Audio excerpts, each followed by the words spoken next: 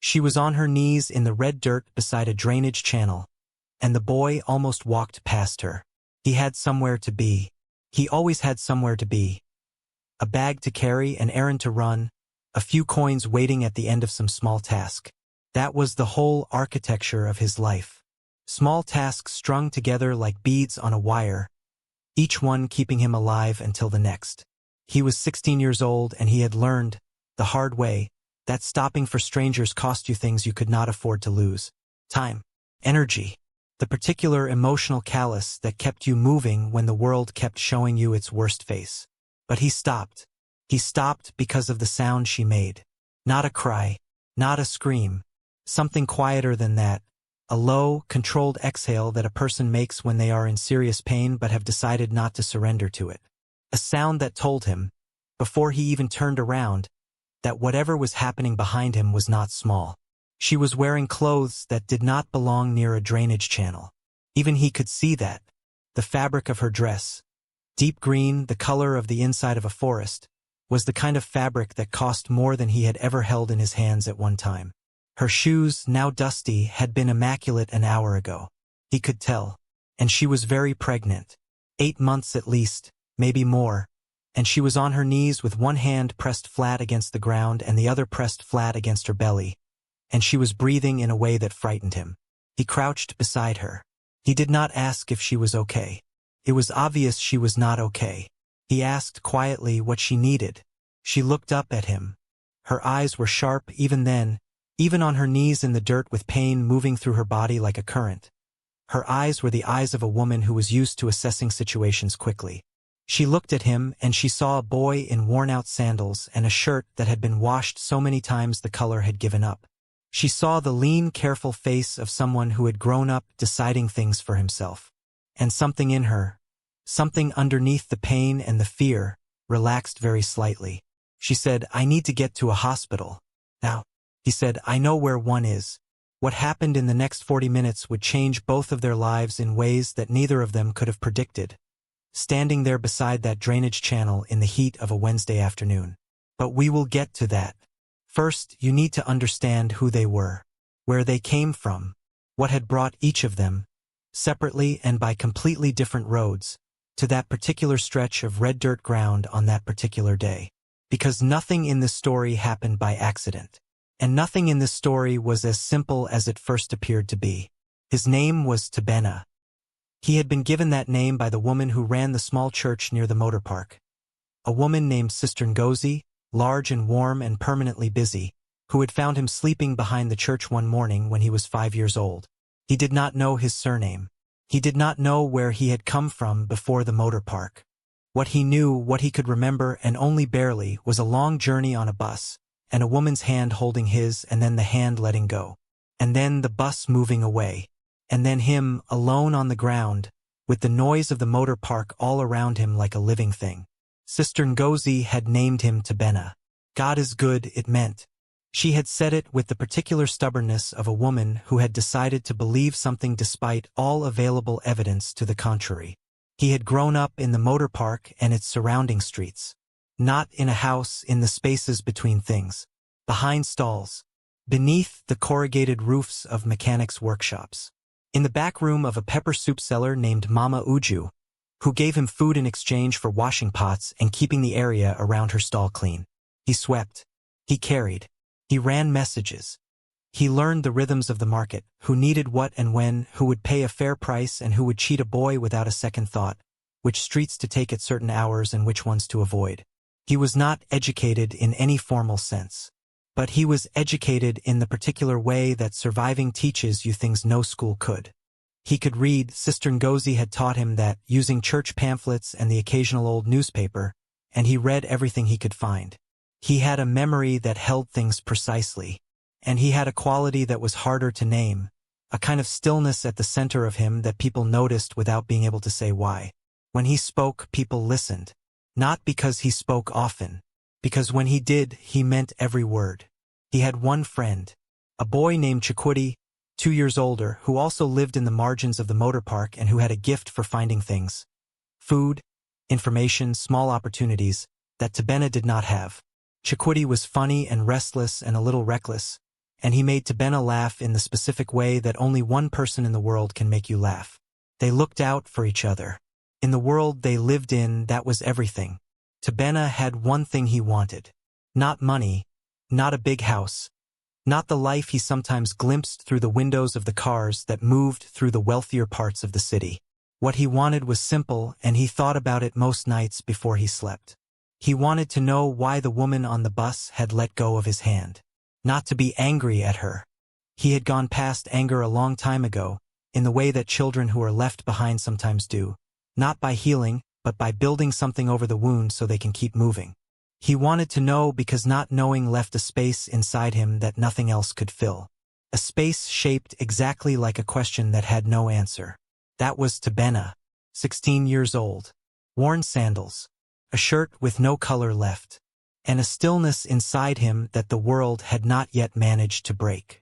Her name was Adiz Okoye, but the people who worked for her called her Madam. And the people in the business world who knew of her called her something else. The woman who built something from nothing, the one who started with a single sewing machine in a single room and turned it into a textile company that employed over 300 people and supplied fabric to markets across the region. She was 38 years old. She had been born into a family of modest but stable means. Her father, a retired teacher, her mother, a trader in dried fish and spices who had run her small stall with the efficiency of someone who had always known that the difference between eating and not eating was discipline. Adiz had inherited something from each of them. From her father, the belief that knowledge was the one thing no one could take from you. From her mother, the understanding that business was not just commerce. It was war, conducted politely, and only the prepared survived it. She had started her company at 24. She had borrowed money from 3 different sources, her mother, a cooperative group of market women, and a bank that had almost not given her the loan officer looking at her across his desk with a particular expression she had memorized and kept as fuel for the years that followed. She had started with one machine in a rented room barely large enough to turn around in. She had worked 14 hours a day for the first 3 years. She had learned the full supply chain of the textile business not from a textbook but from living inside it. Talking to the people who grew the cotton, the people who processed it, the people who dyed it, the people who sold it. She had asked questions that other people in her position did not ask because they were afraid the asking would make them look ignorant. Adiz was not afraid of looking ignorant. She was afraid of staying that way. By the time she was 30, her company occupied a full warehouse and she had 40 employees. By 35, it was 300. The business press that covered her region had written about her twice. She had been asked to speak at 2 different conferences for women in business. She had done both, and she had said things at both that were true and that people did not forget. But the life she had built for the cameras and the profiles and the conference audiences was not the whole life. It never is. Her husband, Ikenna, was a man she had loved genuinely when she married him at 29.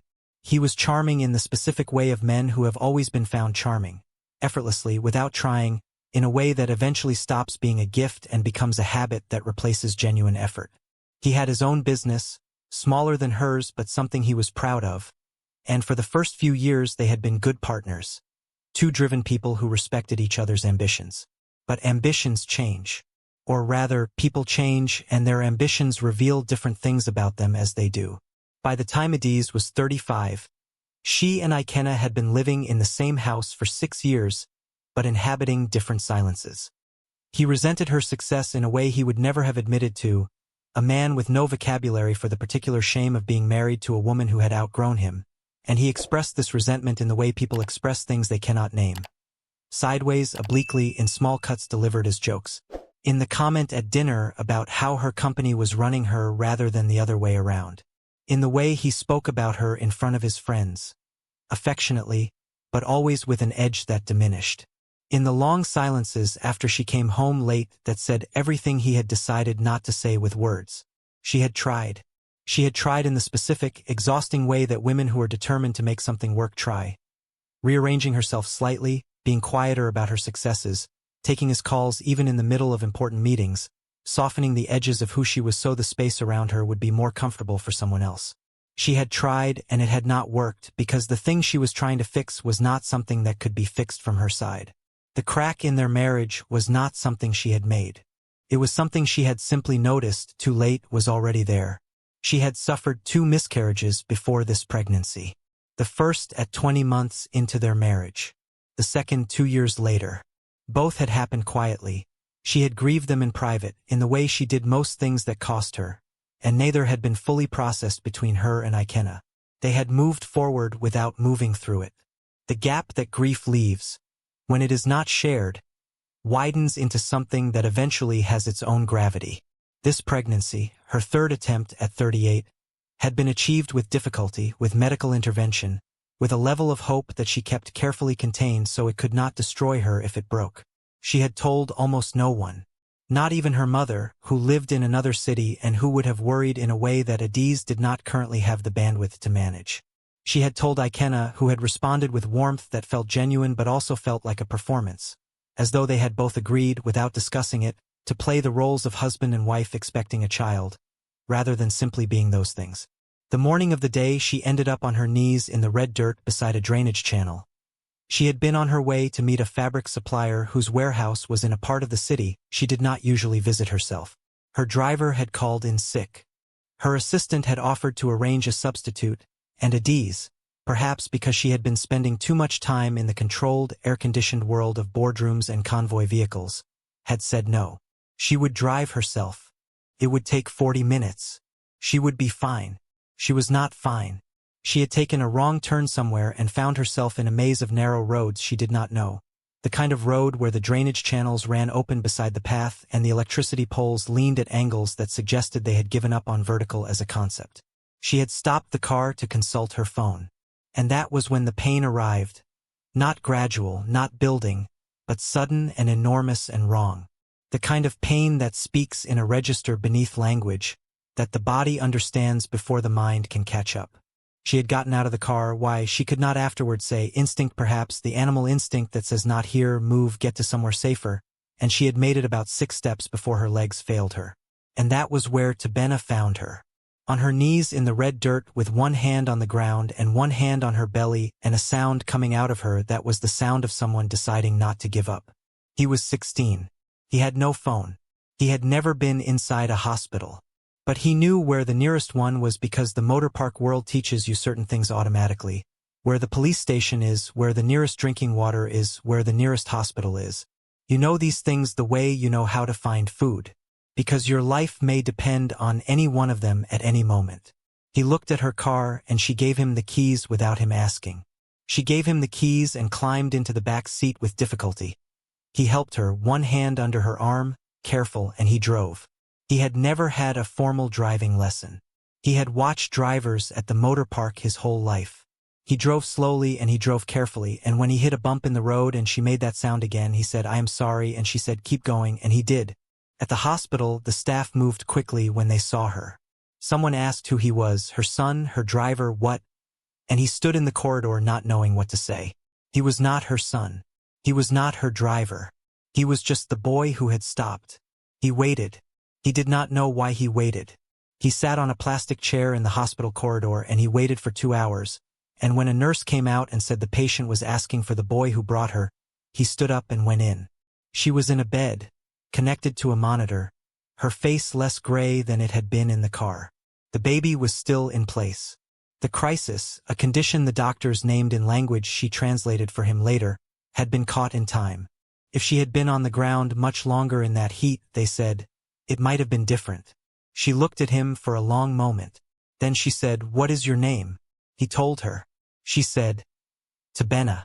And she said it the way people say a name when they are filing it somewhere important. She said, "Where is your family?" He said, "I do not have one." She looked at him the way she looked at her account books when something did not add up, searching for the error, running the numbers again, not willing to accept the first result. Then she said, "You drove my car." He said, "Yes." She said, "How old are you?" He said, 16. She said nothing for a moment. Then she said, "You saved my life and my child's life. And you stayed." She said it simply as a statement of what had happened, and he shrugged the way boys of 16 shrug when they have done something that was obvious to them but is apparently not obvious to others. He said, "I could not just leave you there." She said, "Many people do." He did not answer. Because she was right, and he knew she was right, and he had learned a long time ago that there was no useful response to a true thing about the world. She asked him what he needed. He said he needed to go back to the motor park. She asked if she could do anything for him. He said no thank you, and he meant it, and she could see that he meant it, and this affected her in a way she was not prepared for. She had been in the business of assessing people for 15 years. She could read a person's motives the way her mother could read the weather by the color of the sky. And what she read in this boy's face was the complete absence of angle. He had stopped because he could not keep walking. He had driven because he knew how to. He had waited because leaving had not occurred to him. That was all. There was nothing underneath it except what was on the surface, which was the rarest thing she had encountered in a very long time. She asked him one last question before he left. She asked him if he had eaten that day. He said yes, and it was the only lie he told her during the entire encounter. She let him go. She watched him walk out of the room and down the corridor, and she thought, for reasons she could not have explained to anyone, that she would not let that be the last she saw of him. But that thought was not yet a plan. Life intervened, as it always does, and the shape of what came next was not what either of them would have predicted. The weeks after the hospital were the hardest weeks of Tabena's life, and that is saying something. Chukwudi got sick. Not the ordinary, manageable sick of the motor park. A fever that could be sweated out, a cough that passed. Chukwudi got sick in the way that people got sick when they had been eating badly and sleeping in the cold and running their bodies past the point of no return. And when Tabena finally got him to the government clinic near the market, the doctor said his lungs were involved and he needed medication and he needed rest, and both of these things cost money. Tabena had no money. He had coins. He had the small accumulation of daily errands. He had, if he was honest with himself, nothing. He started working more.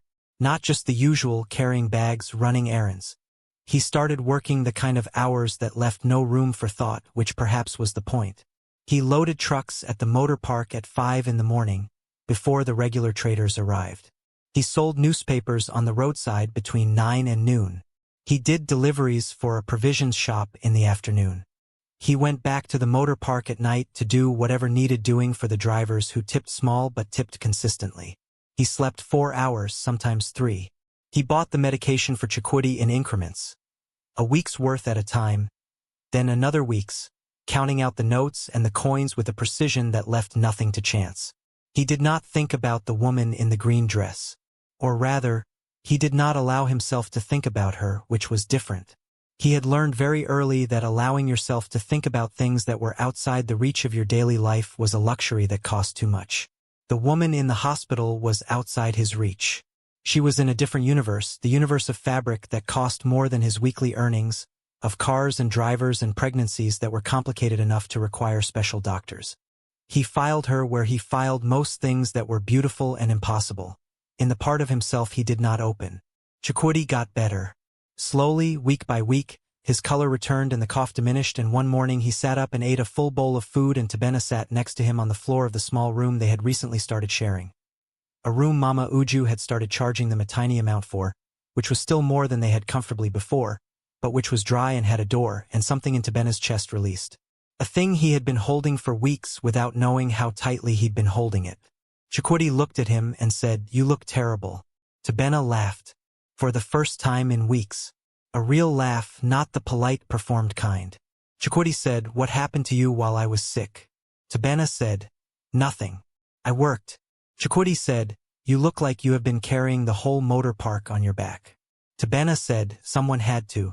Chukwudi looked at him for a long moment with the particular affection of someone who understands another person better than that person understands themselves. Then he said, "Brother, you cannot do everything."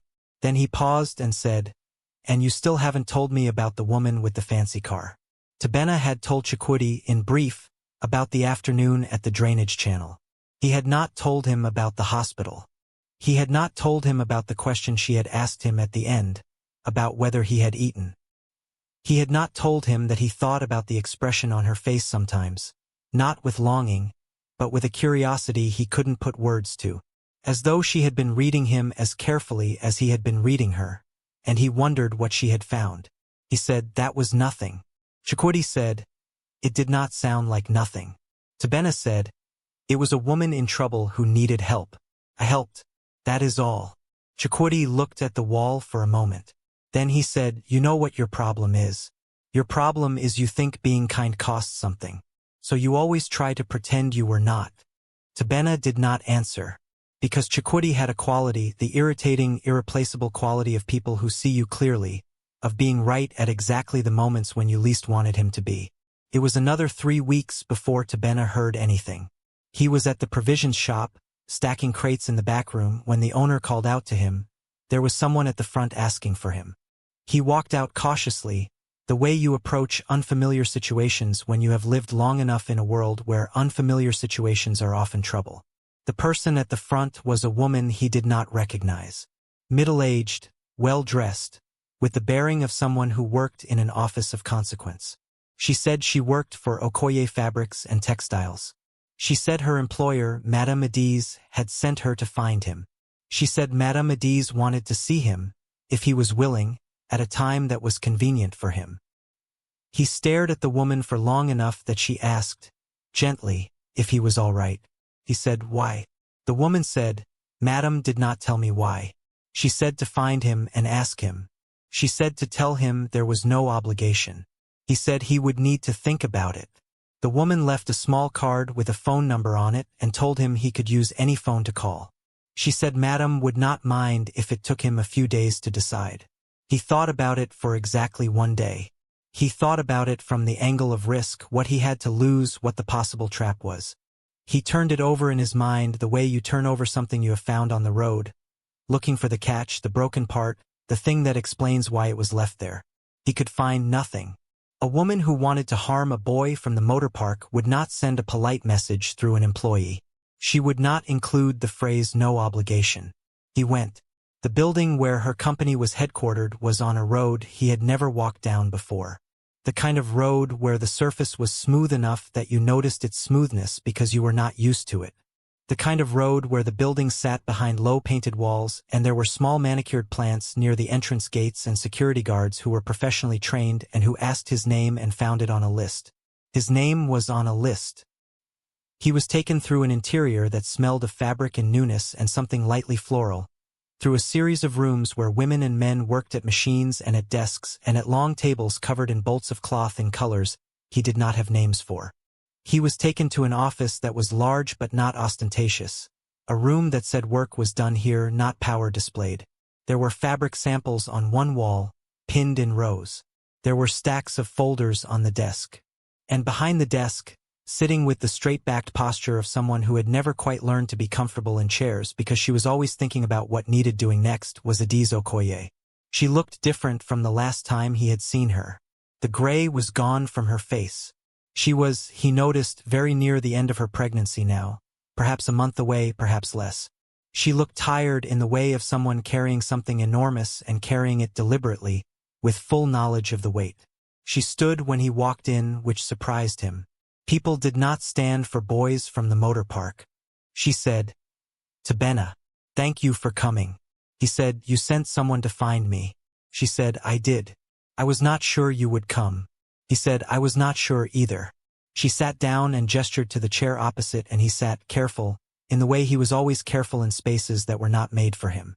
She looked at him for a moment the way she had looked at him in the hospital, that same assessment, running the numbers again. Then she said, "I want to do something for you. I have been trying to decide what the right thing is, and I think I have been overthinking it, so I am going to simply tell you what I want to do, and you can tell me what you think." He waited. She said, "I want to pay for your schooling. Secondary school, and after that, if you want it, further. I want to arrange proper accommodation. Not charity," she said the word with a particular firmness, as though she had anticipated his reaction and was addressing it in advance. "Not charity. An investment.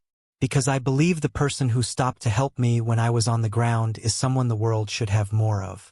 And I believe you are capable of things you have not yet been able to prove to anyone because no one has given you the ground to stand on." He did not speak immediately. He looked at the fabric samples on the wall. He looked at his hands. Then he looked at her and said, "Why?" She said, "Because you saved my daughter." He said, "It is a girl." She said, "Yes." She said it with a smile that was brief but real. Then she said again, "Why?" as though she was asking herself the same question and giving the honest answer. She said, "Because you waited." In that hospital corridor, for 2 hours. You had no reason to wait. You could have left after you brought me in and no one would have blamed you. But you waited. And when I asked you what you needed, you said nothing. She paused. She said, in my experience, people who say they need nothing when they actually need everything, those are the people who understand the value of things. He was quiet for a long time. Long enough that she did not rush him, which he noted. Long enough for him to sit with the particular difficulty of being offered something real by a person he had no reason to distrust but also no practice in trusting. The part of him that had been built in the motor park, the careful, calloused, self-sufficient part, wanted to refuse. Wanted to say thank you but no, wanted to walk out and back into the world he knew how to navigate. But underneath that part there was something else. Something that had been there since he was 5 years old.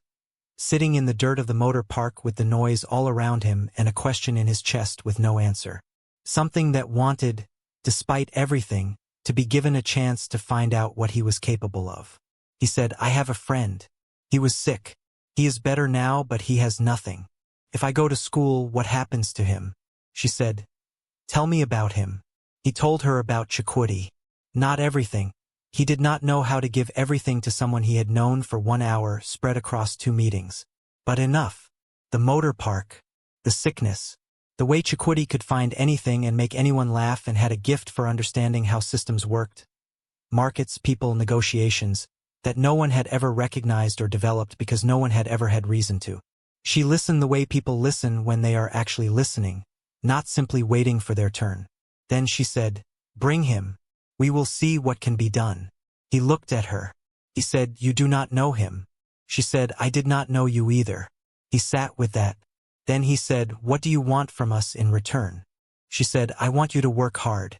I want you to take what is offered seriously. And in 10 years, when you are standing in some room making some kind of difference in the world, I want you to remember that someone once stopped for you the way you stopped for me, and I want you to do the same for someone else. He said, that is all. She said, that is everything. He agreed. Not impulsively, he was not an impulsive person. He agreed the way he agreed to everything that mattered, which was carefully and completely and without looking back. What he did not know, what she had not told him, was that she had done something before she sent her employee to find him. She had asked the hospital to pull the records from the day he brought her in. She had looked at every detail they had, the time, the route, the car, and she had gone further than that. She had done the thing that powerful people can do when they decide to look for something. She had looked for him. She had learned his full name from Sister Ngozi, whom her employee had tracked down through the motor park churches. She had learned about his childhood. And she had learned something else. A piece of information that she had sat with for 3 weeks, turning over and over, trying to decide what to do with. A piece of information that changed the shape of the story completely. We will come to that. But first, the years. It is important to sit inside the years. Not to skip over them as though time is only a corridor between important moments. Because the time in which Tebena went to school and then to a post-secondary institution, and then into the world, that time was not simply transition. That time was the story itself. He was a ferocious student. Not in the way of someone trying to impress, in the way of someone who has been hungry for a long time and is finally sitting at a table. He absorbed everything. History, sciences, mathematics, literature. He read his textbooks and then he read the books beyond the textbooks, the ones the teachers had not assigned, the ones he found in the school library and later in the city library, a place he visited every Saturday with the regularity of someone attending a service. He was not the loudest student in any room. He was the one the teachers noticed eventually, the way you notice a persistent pressure, not flashy, just there, always there, working. Chikwudi flourished in a different direction. His gift for systems and people, the talent that the motor park had never had a name for, turned out to be, in formal terms, a gift for logistics and business management. He was in rooms understanding how things moved and why within weeks of being in those rooms. He was the student who asked questions about the larger picture while everyone else was focused on the next examination. Within 2 years, he was being used by one of his instructors as an example in lectures. They both went back to visit Adiz regularly, first because they felt they should, then because they wanted to. She had given birth to her daughter, Chioma, 6 weeks after Tebena first visited her office. She brought the baby to the first meeting after the birth with the particular competence of a woman who had decided that motherhood would be added to the list of things she was excellent at rather than the list of things that slowed her down, and then had quietly revised that position 3 weeks in when she discovered that Chioma had opinions about the schedule. The visits became something else over time. Not obligation, not charity and recipient, something warmer and less definable. He sat at her table. He ate her food, jollof rice made the Igbo way, with a particular blend of spices her mother had sent in a sealed container from another city, dried fish and garden egg stew, ofe akwu that she made herself on Sundays in the specific way she had learned watching her mother, standing behind her in the kitchen at 9 years old. He watched Chioma grow from a compact, furious infant into a small person with fierce opinions and her mother's eyes. He helped Adiz draft a board letter once when her assistant was out sick and she needed an extra pair of literate hands. She read it and looked at him and said, "You have a mind that works in paragraphs." He had not known what to do with that except carry it. Her marriage to Ikenna ended. Not explosively, it had not been that kind of marriage for a long time. It ended the way long broken things eventually end, which is quietly, with paperwork and the particular exhaustion of two people who have been pretending together for too long and have finally run out of the energy required for pretending. Ikenna moved to another city. He sent money for Chioma on a schedule that was more regular in the first year than the years after. Adiz did not speak about it bitterly. She spoke about it the way she spoke about everything difficult, as a thing that had happened and needed to be processed and then moved past. He noticed, in those years, that she had no one who took care of her. She took care of her company. She took care of Chioma. She took care, from a distance, of her aging parents. She managed her board, her suppliers, her employees, her household staff, her child's school schedule, her public profile, her private grief. She did all of it with a competence that made it look effortless to anyone watching from outside. He was not watching from outside. He started calling her Auntie. Not because she asked him to. She had never asked him to call her anything. He started because it was the word that fit the shape of what she was in his life. The word for a woman who had no obligation to you and helped you anyway. The word for someone who sat across a table from you and expected you to become something, not as a condition of their love but as a consequence of their belief. She did not correct him. She received the word with a stillness that told him it had landed somewhere real. He was 21 when she told him. He had come for a visit. A Sunday, Chioma's 6th birthday, streamers and a small cake and the noise of 6-year-olds that filled the house like a cheerful flood. After the children had gone and Chioma was asleep and they were sitting in the kitchen with cups of tea, she said there was something she had been holding for 5 years and she was going to tell him now because she had decided that the time had come and that his life should be allowed to contain all of its own truth. He watched her face. He knew from her face that whatever she was about to say was large. She said, "Do you remember when I told you I had a daughter and you said that was good?" He said yes. She said, "I also had a sister, younger than me by 4 years. A sister I was very close to when we were small. Then our family went through a difficult period.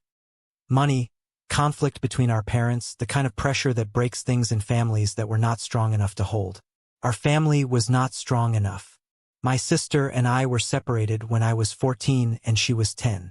She went to live with a relative in another part of the country. I was meant to follow. I never did. And after a while the connection broke and years passed and I did not know where she was." He waited. The kitchen was very quiet. She said, "When my employee found you at the motor park, I was looking for something very simple, the boy who had helped me. But Sister Ngozi, when she spoke to us about you, mentioned certain details. Details that matched things I knew. The approximate time you arrived at that motor park. Your age. The direction from which the bus had come." She stopped. She looked at him. She said, "I think the woman who left you at the motor park was my sister. I think you are her son." He did not move. He did not speak. He sat with his hands around the cup of tea and he looked at the table and something moved through him that was so large and so many things at once that it could not be named. Not grief. Not joy. Something older than both. Something that had been living in the space inside him shaped like a question with no answer, and had now, after 16 years of absence, finally arrived. She said, "I cannot be certain. But I hired someone to look after I told you who I was, and the trail is consistent. Your mother's name was Neka. My sister's name was Neka. She had a son.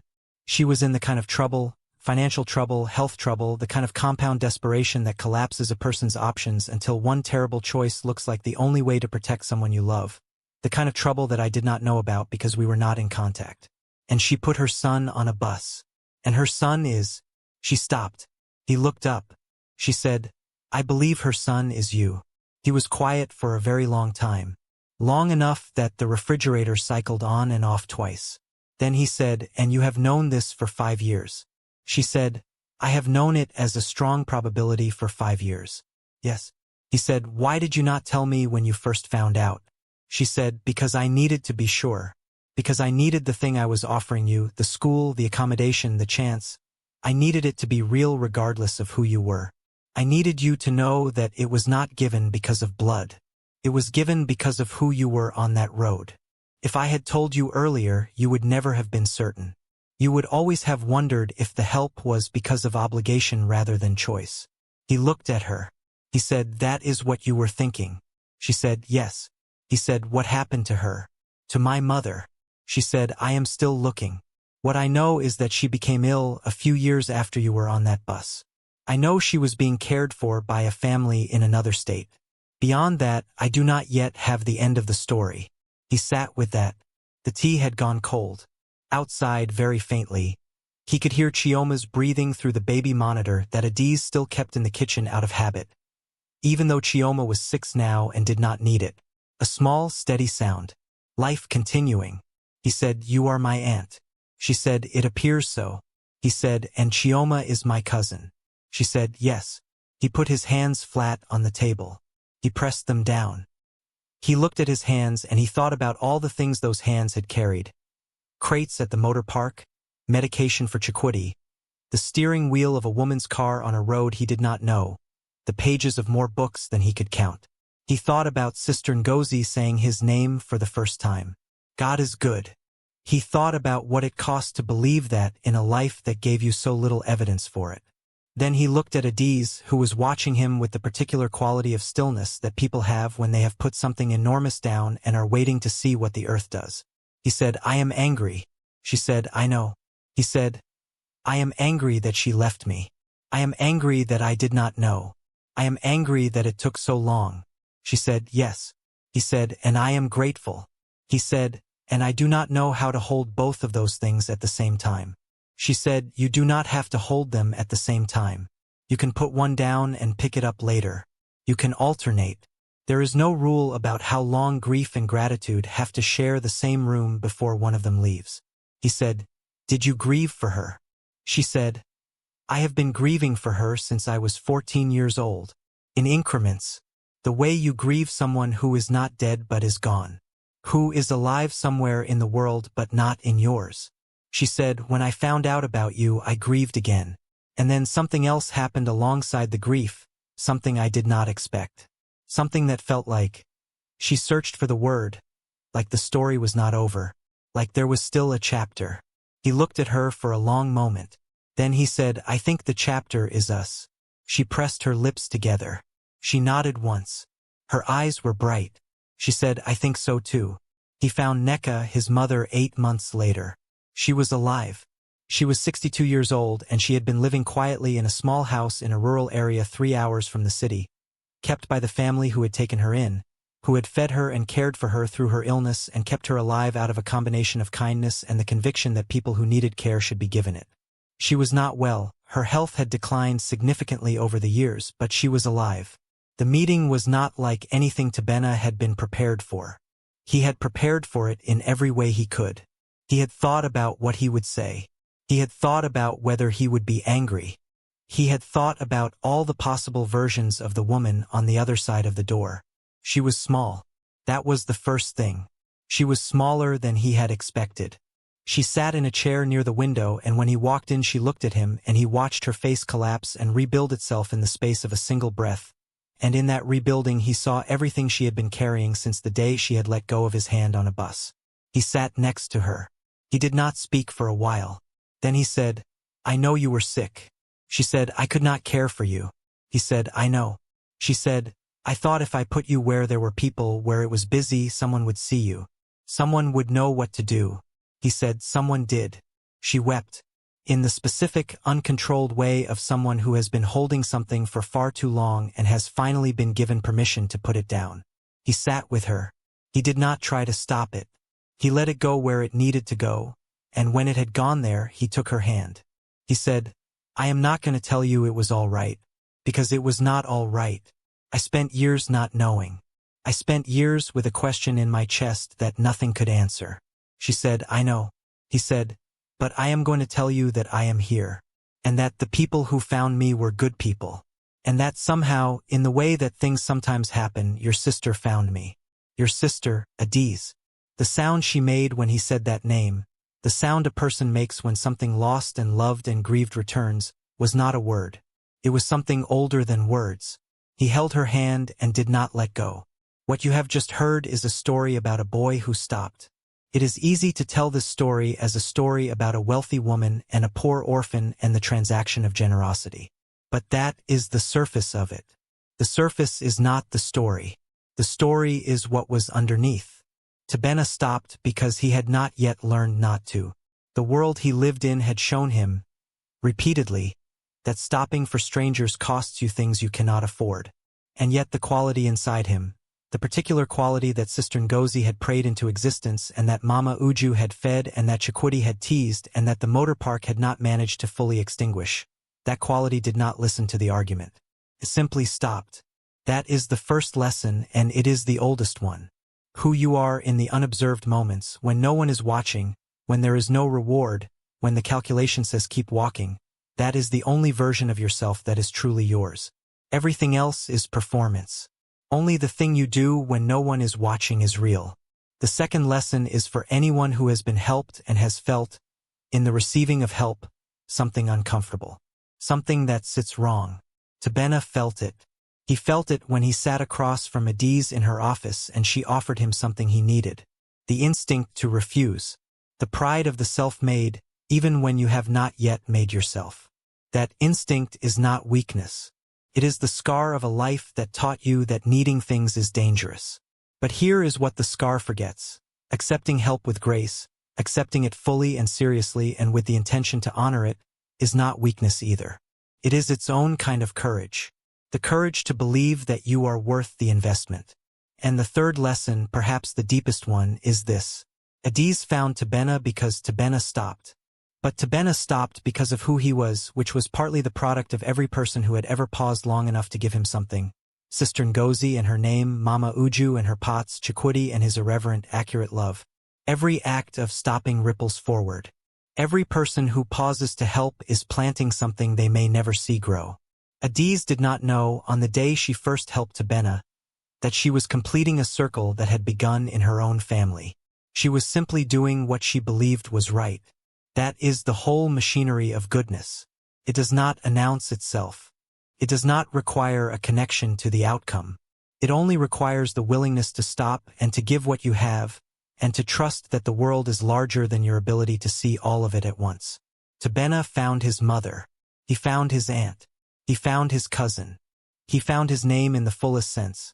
Not just Tabena, but Tabena who came from somewhere, who was carried by someone, who was loved even by the people whose love could not stay. And he found all of this because one afternoon he crouched down beside a woman in a green dress in the red dirt and asked, quietly, what she needed. This story is done. But there is one question I want to leave with you before you go. Think about the last time you kept walking. Not because you were a bad person, but because you were tired or late or uncertain or afraid of what stopping would cost you. Think about what was on the ground in that moment, what person, what opportunity, what chance to be the one who made the difference. And then ask yourself this. If you had known, in that moment, what that single decision to stop could set in motion. For the person you helped, for yourself, for the family neither of you yet knew you shared, would you have kept walking?